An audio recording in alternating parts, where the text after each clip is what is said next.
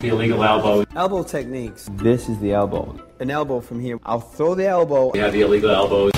All right, people, we're back, man. Illegal Elbow Radio. Another exciting episode for you guys, man. This is Brian from Illegal Elbow Radio, Illegal Elbow on Twitter. And this is Dan from MMA Aftermath on Facebook and Twitter. All right, starting it off here, fucking Derek Lewis versus Matt Mitrione. I'm kind of psyched about this one, dude. You know, I'm psyched. Matt Mitrione has been known to freight train people. He's been known to take people down, bulldoze, kind of tackle them almost, like football style, like his background, his MO, his where he started from. But a little different now. Going against Derek Lewis, he's also an ex-football player coming in here, ready to do the same damn thing. But guess what? He's got hands. And his hands are ready to throw. So, Matt, been doing good, bro. I think this guy's going to be the stop sign, though. This guy is going to stop you. This guy is on the way up in the heavyweight division. And Matt, after it's all said and done, he could end up being a fucking gatekeeper type fighter here. You got to watch out for fucking this guy, Derek Lewis. He's on his way up. He's got heavy hands, and he's ready to knock some motherfuckers out, dude. So I see him taking out Mitrione. I think it'll be a knockout. You know, Innocent. He just took out fucking Innocent. First round KO. Before that, Jack May, first round KO. I'm seeing maybe a first round KO. Jack May's a huge dude. He's like 6'7". I mean, it's ridiculous. This guy, you know, looks like he could have fucking worlds of talent. That's why I want to see this. I'm hoping they keep this guy around because he's on 2 back-to-back losses, but, you know, from Derek Lewis and Sean Jordan. So, which these guys all kind of ride around the same area. Sean Jordans, the Matt Mitriones, the Brendan Schaubs. You know, and I think the Jack Mays and Derek Lewis. Derek Lewis, I think, is in a position where right now he could really rise above that and say, okay, I'm done with this area. I'm moving on with a win over Mitrione. I'm going to go ahead and go on a limb and say Derek Lewis myself, dude, because this guy's itching, man, and he wants it. He wants it bad. And it shows because he's got 2 fights in UFC and he's got 2 knockouts in UFC. This guy's jacking shit up, man. I mean, and before he got in the UFC, he's already riding on 3 knockouts. Excuse me. This guy's a knockout artist when it comes to legacy and RFA. You know, he was an RFA 2012, legacy 2012, mid 2013. So he's already a knockout dude. Shit, man. Rich Franklin's standing there right now with his finger up, and Brandon Vera's right next to him. I thought you were going to say his finger up Brendan's ass or something. Yeah, you know, I don't know. I can't see his other hand, so that might be. That could be possible. It, man. I hate to see Rich do that, but I suppose. But I hope that Rich is successful in his new endeavor, man. This is awesome. It's huge. Like Rich Franklin, go Scott Coker. So yeah, hell yeah, man. Make a big 3 out of the whole thing, man. Big UFC happenings, big fucking Bellator happenings, and big ONE FC, because ONE FC is the closest thing we're ever going to get to Pride. With soccer kicks and all that shit.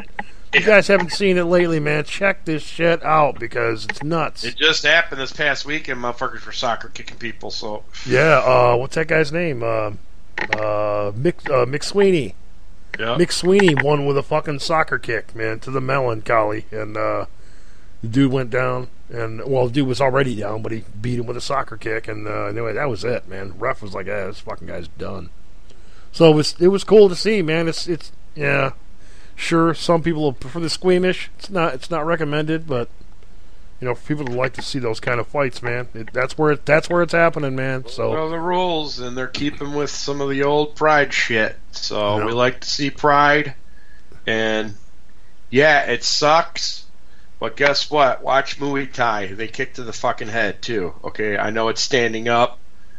Whatever. If they're bent over, they get kicked in the fucking head, too. Or knee. Whatever.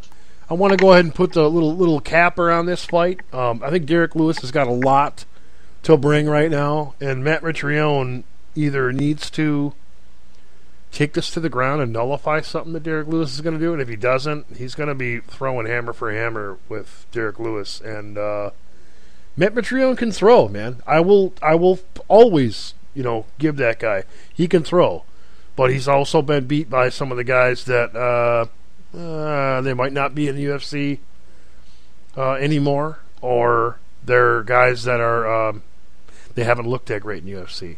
Derek Lewis, I think he's riding high right now. I think he's looking good. He's 11-2. He's on a 4-fight knockout streak.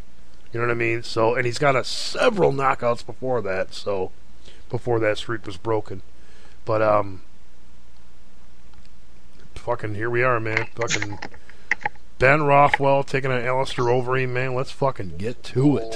Holy shit. Alistair Overeem has been going through some shit on the internet, man. What's going on with that? Oh, all the way from John Jones injuring himself to the repercussions and the trickle-down effect of he said, she said bullshit with fucking Arlovsky spouting off, I think it was, saying, oh yeah, he's injured me before fucking in training too. He's known for that. And some of the other people in the training camp have verified that. Anthony Johnson has came out and said that shit too. He was like, he's known for fucking doing that. Yeah. So there you go. It's like you're taking your fellow teammates and you're going a little too far. And we just talked about it last fucking week about the overtraining or training with some people that you shouldn't fucking train with. His name was brought up. Yeah. Yep. Still hearing about it, and it's basically like he's got a reputation now. He's got a fucking reputation. Yeah, he's probably going to back off a lot because now it's known.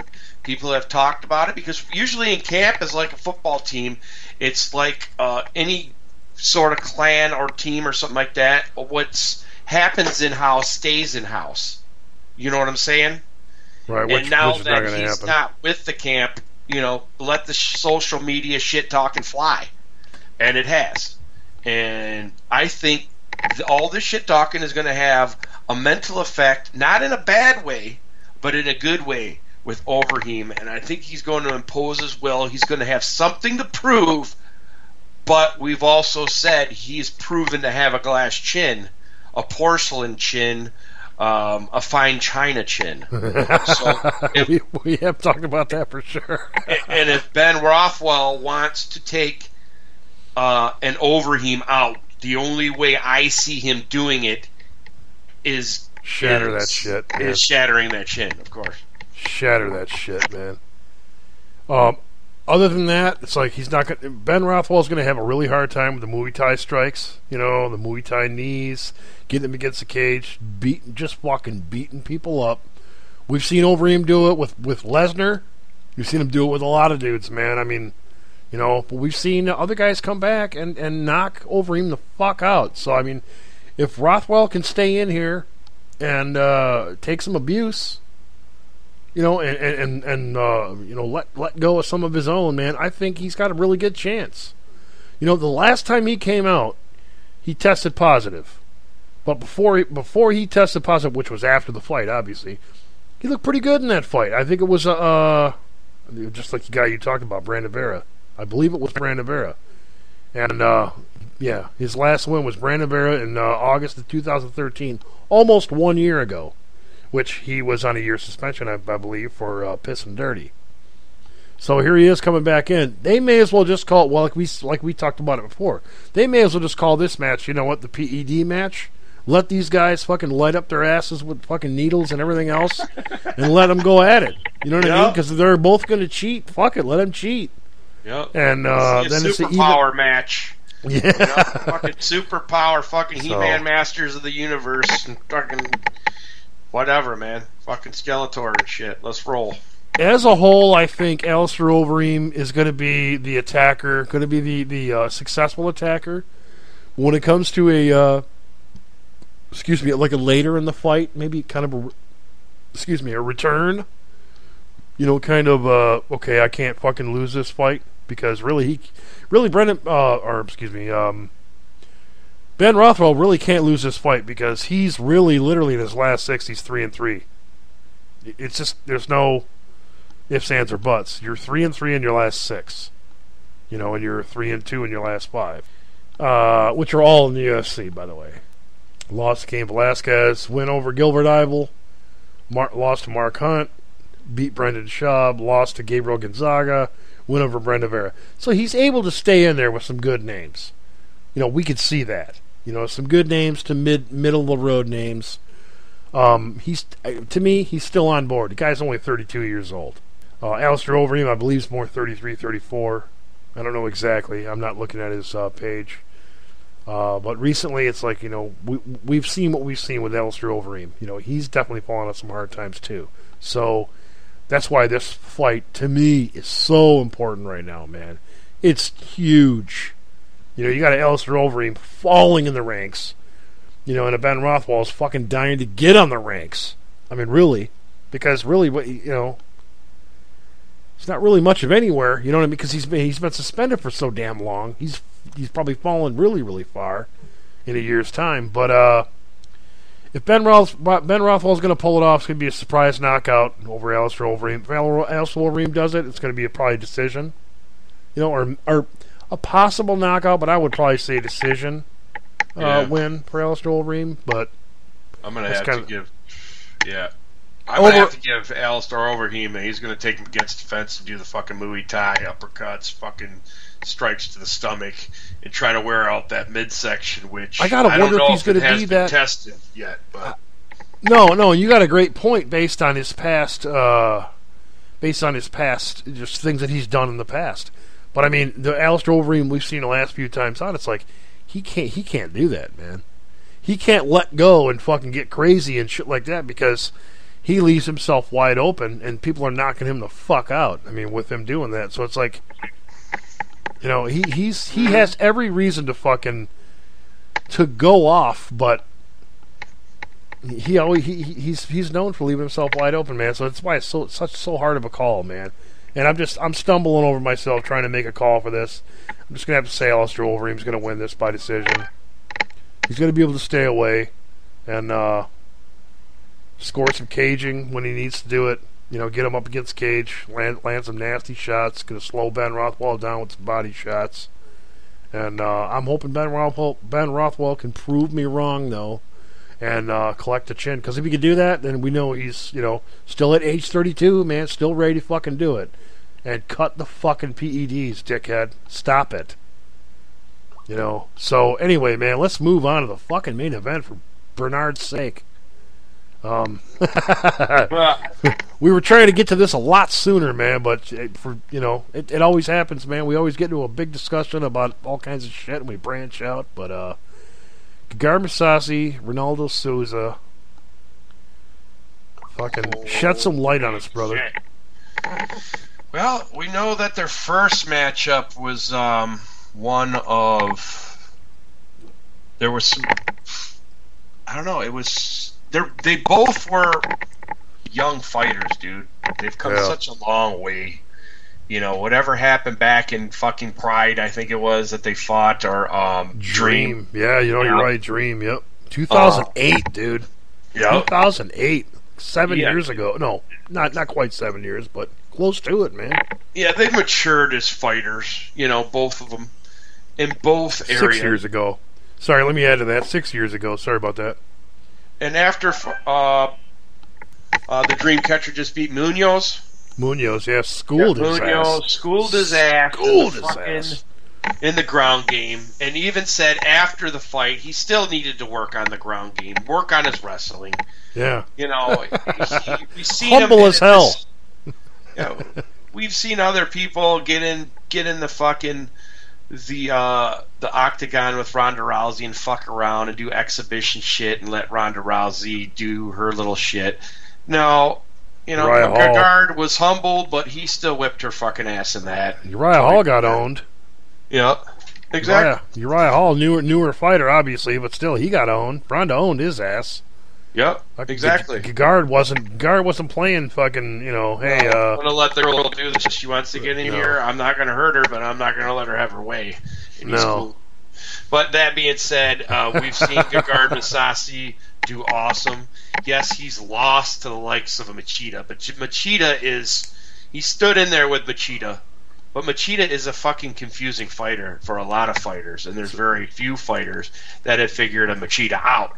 It's a fucking riddle, basically, man. It's a riddle. Yeah, it is. You got to counter off of his counters almost.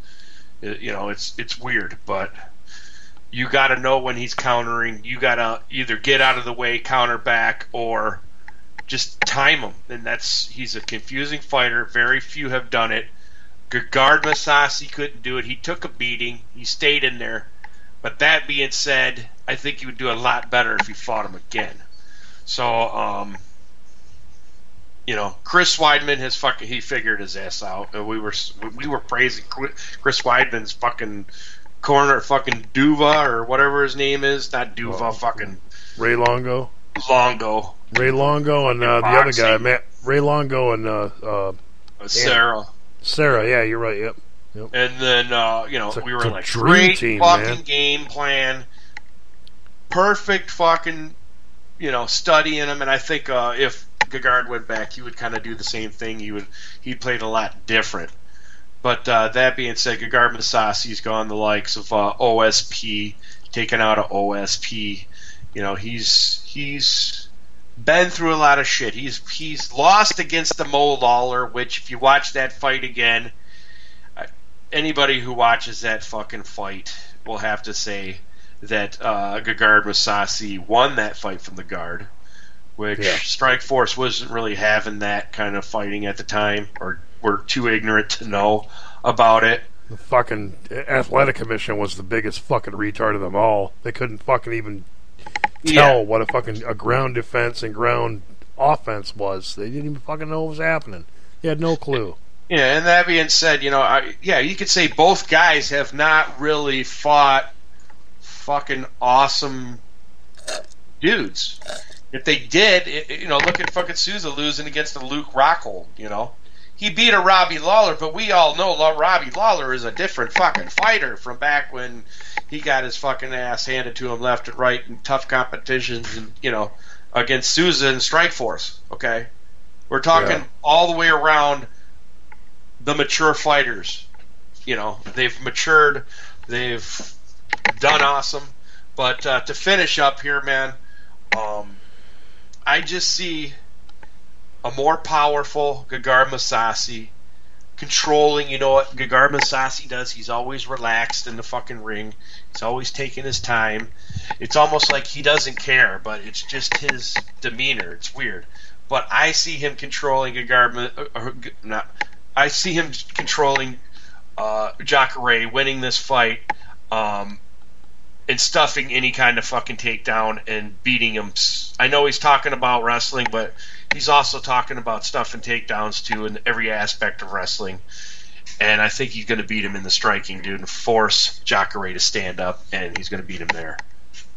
Yeah, I've heard a lot of that stand up, that talk of stand up, keeping it standing up, stuff like that, which is my best point. You know what I mean? My strengths. You know what I mean? I heard a lot of that myself too, and it's like Jacare's a good knockout artist. You know what I mean? He's a good knockout guy, but I mean, you're talking about a Gegard Mousasi.